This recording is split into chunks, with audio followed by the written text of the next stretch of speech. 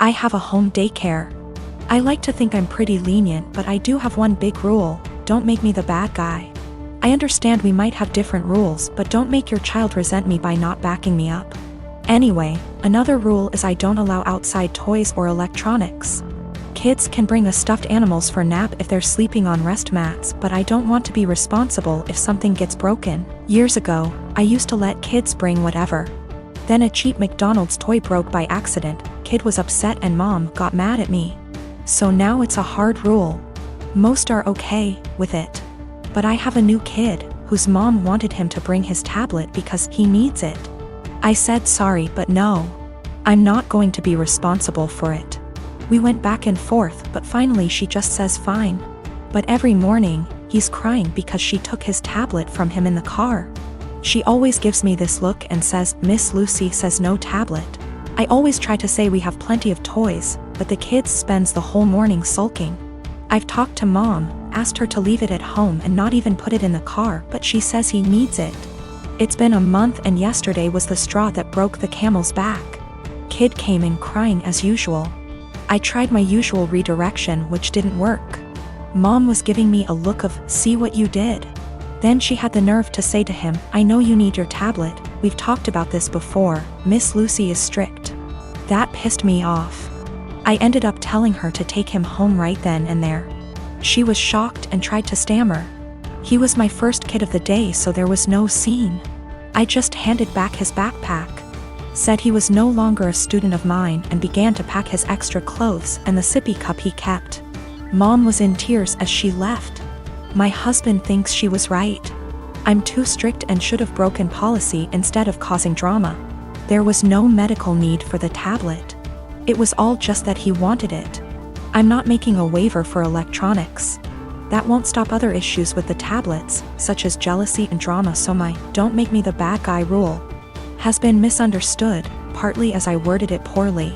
I don't expect blind obedience. No one has to agree with my rules. They can challenge them, to me. But to their kid, I'd rather them explain everyone has different rules and that while they're with me, things will be different. I do the same with parents who have different rules than mine. I never say they're wrong or strict. I say that we have different rules at school and to listen to mom and dad. This is also a policy for pacifiers, bottles, and potty training. I'll approach any of these milestones when you ask, but you have to be working on it at home too. The kid won't progress if they only go pee on the potty at home. And the child was not autistic or non-verbal. If he was, an exception would be made. I returned her money for the last few days of January and texted an apology for terminating without notice, and said I hope she was able to find care. She said she left him at her mom's. She also asked if there was any way I'd reconsider, and I said no. We had a long phone call and no minds were changed, but it was the ending we should have had. I've had this crush on my coworker for a few months now, and it's really not good. We only see each other in passing, and he's only talked to me once about something work-related. Even though we don't talk, we do look at each other sometimes, so we notice each other's existence. He's very outgoing and friendly with other people on my team. He's also very attractive. I enjoy being around him, but I'm way too nervous to talk to him. Honestly, I basically just admire him from afar. I'm not interested in a relationship with anyone right now, partially because I need therapy to heal from past relationships first. So I'm definitely not trying to be together with him. I just like him. This wouldn't be so bad, except it's become unhealthy for me. Whenever he's around, I get so overwhelmed that it's difficult to concentrate on my work. Sometimes I have to walk away and take deep breaths to calm down. I just get so nervous and preoccupied with my thoughts. I realize this sounds ridiculous, it is. I also can't stop thinking about him.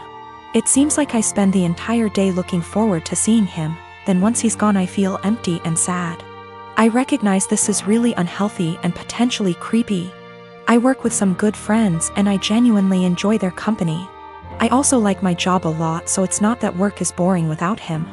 I'm actually a very talkative and happy person with everyone else. I really want to get over these feelings because they're useless and only hurting me. To be honest, this isn't the first coworker I've felt this way about.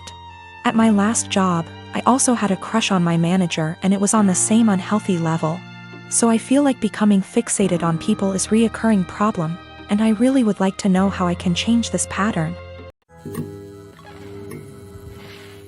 Since my wife and I got married 3 years ago, things have been off. I know that people grow and change with time, but around our wedding, my wife changed drastically. She bleached her dark brown hair blonde right before the ceremony. And I honestly thought I was in the wrong church for a split second when she came down the aisle. We moved into our house right after the honeymoon, and she went into full domestic mode. We'd shared cleaning duties before, but once we moved into the house, she became insistent on doing everything before I could even get to it. Since this is our first house, I thought it was some kind of homeowner nesting thing, but it never stopped. Her hair color is none of my business, and I think most people would be happy not to have to clean. So I honestly didn't really think much of either of those things at the time. The big thing has always been how closed off she got after the wedding. When we were dating, she'd tell me long rambling stories about her feelings and rant to me when she was upset and all that. And I liked hearing about what was going on inside her head. After the wedding, that stopped pretty abruptly. If I ask her how her day is, she will only ever tell me that it was fine or super. She doesn't talk to me about her feelings anymore, ever, even when I explicitly ask, "How do you feel about X?" She also stopped telling me about anything important that happened to her. About a year after we got married, her grandfather died. Did she tell me she'd lost her grandfather? No. She told me that she had to go to a conference for work on the other side of the country, which I thought nothing of. On the second day she was gone. Her older brother texted me to tell me that my in-laws had really missed seeing me at the funeral. When I called her to ask why in the ever-loving hell she didn't tell me, and then lied about it, all she would say was, "I didn't want to trouble you. You have a lot on your plate." After that, she went on a couple of spontaneous family trips. She's really close to her family, so the first time she said she was going camping with her brother at their alma mater. I didn't think a lot of it other than to be slightly disappointed and confused that I wasn't invited, because her brother's cool and the three of us go camping together a lot. But the second time, I started hearing alarm bells. I'd like to say I'm a more secure man, but after the second spontaneous family trip, my wheels started spinning and I started to think that maybe she was cheating. This was a weird insecurity in the back of my mind for a while, since she wasn't showing any other big signs of cheating. She wasn't guarded about her phone and hadn't changed her routine / appearance. A few weeks ago, she told me she was pregnant. I was over the moon about it until I asked her how many weeks along she was, and she nonchalantly said about 12 or 13. She'd been pregnant for like 3 months before she even bothered to tell me. She's not really showing at all, and she doesn't usually drink, so I had been completely in the bloody dark. I honestly hadn't even suspected. That was kind of it for me. I was sure she was cheating, and that it wasn't my kid. I thought there was no possible way that a woman would keep her pregnancy a secret from her husband for 3 months. So I snooped. Yes, I know I was wrong, but I wanted proof that she'd been having an affair before I moved out. One of my best buddies from college is a divorce attorney, and when I asked him what I should do, he sent me the info for a key logger. I installed it on my wife's laptop and was prepared for the worst. Now, I feel like what I found is somehow worse than her cheating. I didn't find any steamy messages, but I found out that she keeps a diary in a Word document that she writes in every day. I know I should have just stopped once I knew she wasn't cheating, but once I saw my name in her diary, I couldn't stop. I read all of it. All 7 separate documents, going back to way before we'd even met. Turns out she's not cheating. She's depressed, hates herself, and has absolutely no trust in me. All of the stuff I've been confused and bothered by has some kind of sad, self-loathing explanation. She hates having blonde hair, but she writes, "I know he'd divorce me if I went back to being a brunette." Because wives are supposed to be blonde almost every week. The "wives are supposed to be" thing is tangled up in everything. She thinks wives are supposed to be quiet, which is why she doesn't talk to me anymore. She thinks wives are supposed to make things easier for their husbands, not harder. Which is why she didn't tell me when her grandfather died. It just goes on and on and on. She didn't tell me when she got a huge promotion and a raise because he'd leave me in a heartbeat if he knew I made more money than he does. Men can't handle that. It hurt to know that she thinks of me as some kind of one-dimensional 1950s husband. And I've been racking my brain to think of anything I could have done to make her think this way. What I can't handle is that she'd lied about the big stuff. I honestly don't know if I can forgive her for not telling me about the miscarriages. The spontaneous family trips were actually her miscarrying 2 of our children, one at 5 weeks, the other at about 10. She went and stayed with her parents while she was recuperating, and her brother and sister came to support her. But not me. I didn't get to be there for her, because she thinks I would leave her immediately if I knew that she'd killed our children. She's convinced that she caused both miscarriages because she smoked pot for a long time before we got married. For what it's worth, it sounds like her family tried both times to get her to tell me, but she wouldn't. She finally told me about this pregnancy because her parents threatened to tell me she didn't. I'm just absolutely confused. I don't even know what to think right now. I'm just so baffled because everything she says about me in her diary is insanely nice. She goes on for pages and pages about how much she loves me and how she thinks I'm her soulmate and how she would do anything for me. I just can't understand why she thinks that I would leave her. Knowing that she's spent the last 3 years walking on eggshells around me, convinced that I would leave her at the drop of a hat is just so confusing and awful. I feel like our marriage is some kind of lie. The woman I thought was self-confident and ready to take on the world is actually full of self-loathing and really, really depressed. I don't know her at all. She's been suffering silently with depression long before we met. She has no faith in me, no trust. She thinks that every hug and kiss I give her and every "I love you" I say is a lie. I just don't know what to do. She obviously needs serious help, but I don't know how to get it for her. I can't tell her that I read her diary. If she has zero trust in me now, I can't even imagine what she'd think if she knew if I read 6 years worth of her private thoughts. I feel like I need to get my in-laws on board somehow, but I don't know what to say to them. I know I can't ignore this, but I feel like any move is the wrong move. My husband and I, both in our early 30s, have been together for over a decade and made the decision to not have kids. I like kids, I have nieces and nephews, we just don't want them for our own reasons. He had a vasectomy, which only a few people know about. Our families are aware we don't want kids as they've asked this before during different major life events, our wedding for instance.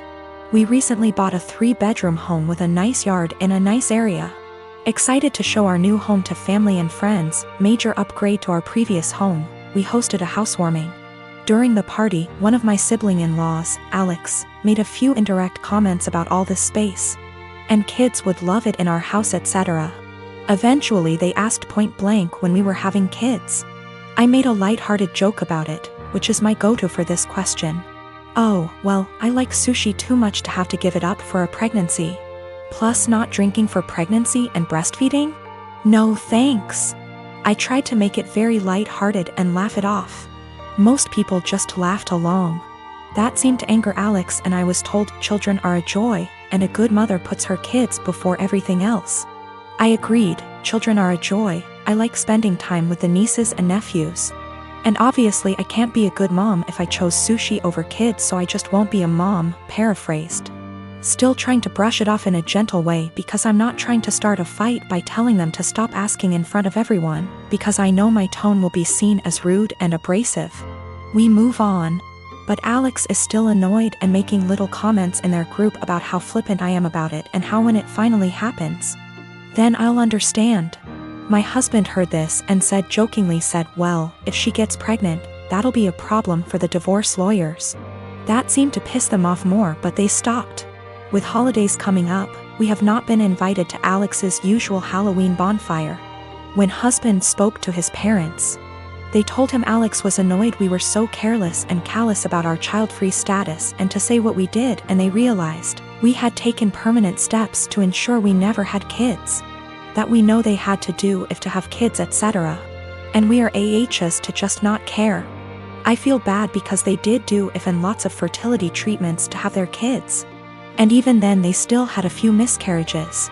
I can't imagine wanting kids and struggling to have them and then deal with miscarriages. But at the same time, I'm so tired of justifying living my life how I want. I feel terrible my joke was taken the way it was and that I hurt my IELTS. I truly never meant for that to happen. After the bonfire this weekend, we will be reaching out to have a heart-to-heart, if they'll accept it. Either way, I'll be apologizing for hurting their feelings, let them know I love their kids and them.